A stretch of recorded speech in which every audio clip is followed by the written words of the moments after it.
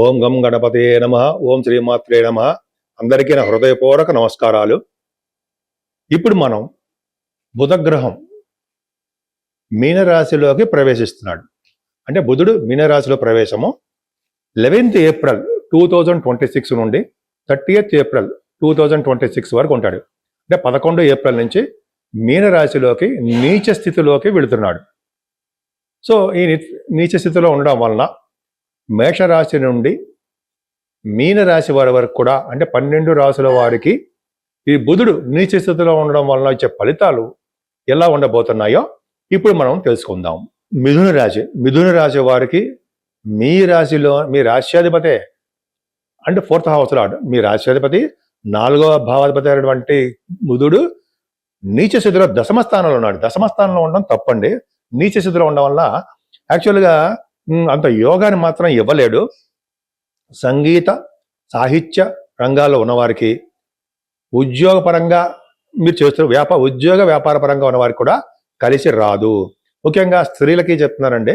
అంటే స్త్రీలు పురుషులు కూడా వాడు సాఫ్ట్వేర్ రంగ ఉద్యోగస్తులు కానీ గవర్నమెంట్ సంబంధించిన ఉద్యోగస్తులు కానీ అయి ఉండుంటే మీకు ఉద్యోగంలో ప్రమోషన్స్ రాకపోవడమో, అంటే ఉద్యోగ భద్రత లేకపోవడమో, అంటే మీకు అనుకున్న చోటికి కాకుండా అనుకోని చోటుకి ట్రాన్స్ఫర్స్ అవ్వడమో జరుగుతుంది. అంటే ప్రమోషన్స్ తక్కువగా ఉండడానికి అవకాశాలు ఉన్నాయి.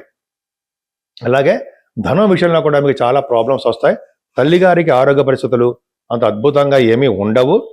రైతులకు కూడా నష్టాలు, పంటల నష్టాలు రావడము, సకాలంలో వాళ్ళ చేతికి డబ్బులు అందలేకపోవడము, విద్యలో ఆశించినంత రీతిలో కూడా మీ విద్యలో విద్యార్థులకు రాకపోవడము జరుగుతూ ఉంటుంది. అంటే మీరు కోరుకున్న యూనివర్సిటీస్లో కానీ కాలేజీల్లో కానీ మీకు సీట్లు రాకపోవడము లేదా ఆలస్యం అయిపోవడము జరుగుతూ ఉంటుంది. దీనివల్ల మీరు ఎక్కువగా బాగా డబ్బులు ఖర్చు పెడుతూ ఉంటారు. కర్మస్థానంలోనే బుధుడు ఉండడం వలన మీకు అంత అద్భుతమైన ఫలితాలు రాకపోవచ్చు. అంటే మంచి మంచి పనులు చేయాలనే ఆలోచన ఉండవు. ముఖ్యంగా ఆడిటర్స్కి, బ్యాంకింగ్ రంగంలో ఉన్న వారికి, అలాగే విద్యా సంస్థల్లో ఉన్నవారికి కూడా అద్భుతమైన ఫలితాలు ఏమాత్రం ఉండవండి. ఎందుకంటే బుధుడు నీచ స్థితిలో ఉండకూడదు. ఆయన బుధుడు మంచి యోగకారకుడు, యాక్చువల్గా మంచివాడు, తెలివితేటల జ్ఞానాన్ని ప్రసాదించేవాడు. బలం లేకుండా మీనరాశిలో ఉండిపోవడం వలన మీకు అద్భుతమైన ఫలితాలు ఇవ్వలేకపోతున్నాడు. అందుకనే మీరు లక్ష్మీ అమ్మవారిని మారేళ్ళ దళాలతోటి కానీ తులసి దళాలతో కానీ అయితే మల్లెపూలతో కానీ పూజించడం వలన లక్ష్మీ అమ్మవారిని చక్కటి మీకు ధన ప్రాప్తి కలగడానికి అవకాశాలు ఉన్నాయి. అలాగే దుర్గా అమ్మవారిని దుర్గా సప్తసతితో పూజించడం వల్ల కానీ, లేకపోతే అమ్మవారికి అభిషేకాలు చేయించుకోవడం వల్ల కానీ మీకు ఈ అంటే బుధుడు వల్ల నీచ స్థితిలో దోష ఫలితాలు తగ్గి శుభ ఫలితాలు రావడానికి అవకాశాలు ఎక్కువ ఉంటాయి. అందరికీ నమస్కారం అండి. నా పేరు మీకు తెలుసు, డాక్టర్ వాడ్రి ఆదినారాయణరావు. అందరికీ మీ విదేశాల్లో ఉన్న వారికి, ఇక్కడ ఉన్న వారికి కూడా పేరు పేరున నా హృదయపూర్వక నమస్కారాలు. నన్ను ఎంతగానో ప్రోత్సహిస్తూ నాకు ఫోన్లు చేస్తూ మీ జాతకాలు చెప్పించుకుంటున్న వారందరూ కూడా నా హృదయపూర్వక నమస్కారాలు.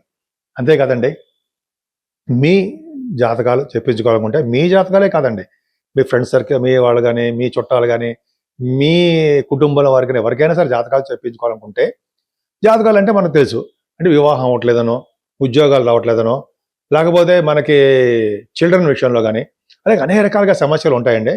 ఇవన్నీ కూడా జాతకంలో కూడా ప్రస్ఫుటంగా మనకి అవకాశాలు ఉంటాయి. ఎందుకంటే డిగ్రీస్లో చూస్తూ ఏ దశలు జరుగుతాయో చూసుకుంటూ అది చెప్పడం ఈజీగా చెప్పచ్చండి. నేను చెప్తుంటాను.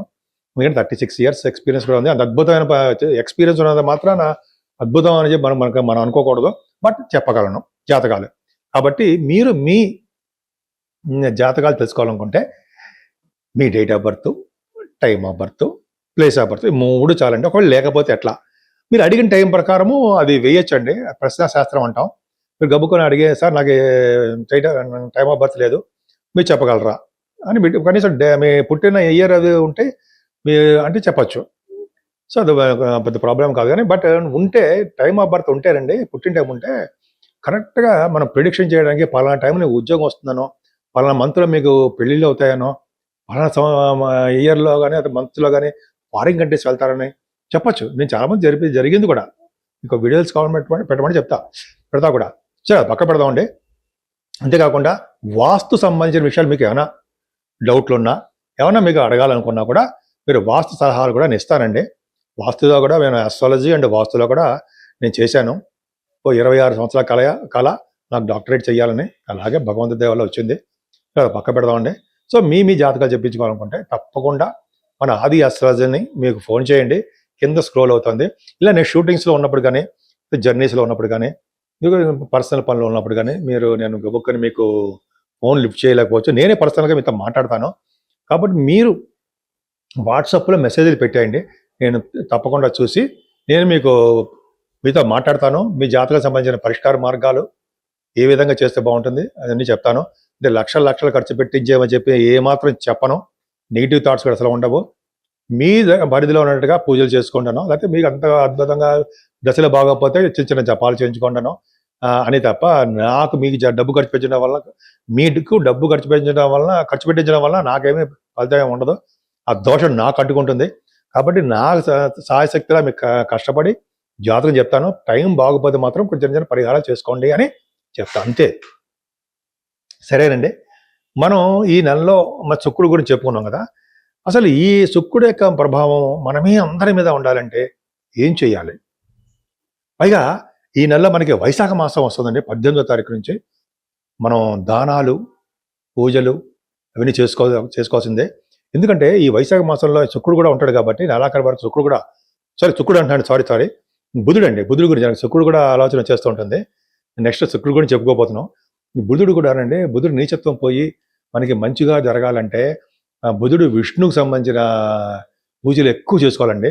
పైగా సింహాచల నరసింహస్వామి యొక్క పూజలు కూడా ఆయన అలా ఆల్మోస్ట్ మనకి 27వ తారీఖు ఉందండి. అది దర్శనం చేసుకోవడము. లక్ష్మీ నరసింహ స్వామి అంటాం కదా, సింహాచల లక్ష్మీ నరసింహ స్వామి, వారికి దర్శించుకోవడము, ఆయన నమస్కారం పెట్టుకోవడం. విష్ణుమూర్తి కదండి, విష్ణువుని పూజించడం వలన. అలాగే ఈ నెలలో కూడా మనకి అక్షయ తృతీయ కూడా వస్తుంది. ఆ రోజు బంగారం కాదండి, దానాలు చేయాలి. అలా దానాలు చేయడం వల్ల, మంచి పూజలు చేసుకోవడం వల్ల మనకి అక్షయంగా పెరుగుతూ ఉంటాయి. అందుకనే ఈ వైశాఖ మాసంలో దానాల్లో అత్యంత ముఖ్యమైనది అంటే మంచినీరు దానం. అని చూడండి, చాలామంది మంచినీళ్ళు దానం చేస్తూ ఉంటారు. అవన్నీ పెడుతూ కొన్ని చోట్ల మనకి చూస్తూ ఉంటాం కదా, కుండలలో పెట్టి నీళ్లు పెడితే చేస్తుంటారు కదా, అవన్నీ చేయడం. లేకపోతే మంచినీళ్ళు దానం ఇవ్వడం, కూల్ వాటర్ ఇవ్వడము. ఇలా మనకి కనిపించిన ప్రతి వాళ్ళకి నేను కూడా చేస్తుంటారు. కనిపించిన ప్రతి వాళ్ళకి మంచినీళ్ళు దానం అనేది చేస్తే మనకి కాదు, మనతో పాటు మన తరాల వాళ్ళకి, పైన వాళ్ళందరూ కూడా మనకి మన తనువు చాలించిన తర్వాత కూడా ఈ దానం అనేది మనకి చాలా ఉపయోగపడుతుంది. అంతేకాకుండా మంచినీళ్ళు దానం కాకుండా అన్నదానం, వస్త్రదానం చేయాలండి. వస్త్రము, అన్నదానము, అలాగే మనకి మంచినీళ్ళు దానము, అలాగే గొడుగులు కూడా ఇవ్వాలండి. ఈ నెల నీడ కల్పించాలంటే గొడుగులు దానం ఇవ్వాలి. పాదరక్షలు, మంచినీరు, గొడుగులు 3 కంపల్సరీ. వైశాఖ మాసంలో ఎవరైతే ఇలా ఇస్తూ ఉంటారో వాళ్ళ ఫ్యామిలీ, కుటుంబ సభ్యులు, అలాగే పైన లోకాల్లో ఉన్న వారందరికీ కూడా మంచి జరగడానికి ఎక్కువ అవకాశాలు ఉంటాయి. పదే చెప్పడానికి కారణం ఏంటంటే ఈ దానాలు వైశాఖ మాసంలోనే చాలా ప్రాముఖ్యత సంతరించుకుంది అంటాం కదా. మీకు తెలియని ఏ విషయాలేం కాదు, గుర్తు చేస్తానంతే. కాబట్టి మీకు అందుబాటులో ఎవరుంటే ఆ దేవుడిని పూజించడమేనండి. అలాగే అమ్మవారిని ఎక్కువ పూజించడం వలన లక్ష్మీ అమ్మవారిని, విష్ణువుని ఎవరైతే కలిసి పూజిస్తారో వాళ్ళ ఇంట్లో స్థిరమైన లక్ష్మీదేవి ఉంటుంది. అమ్మవారిని కలవ పూలతోనూ, తులసి దళాల కంటే మల్లెపూలు చెప్పుకుందామండి, మల్లెపూలతోనూ, విష్ణువుకి తులసి దళాలతోనూ, ఇలాగా మారేడు దళాలతోనూ అమ్మవారికి చేసుకోవడం వలన సకల శుభాలు కలిగి, అష్టైశ్వర్యాలు కలిగి, ప్రతి రంగంలోనూ మీరు ముందంజలో ఉంటారనడంలో ఏమాత్రం సందేహం లేదు.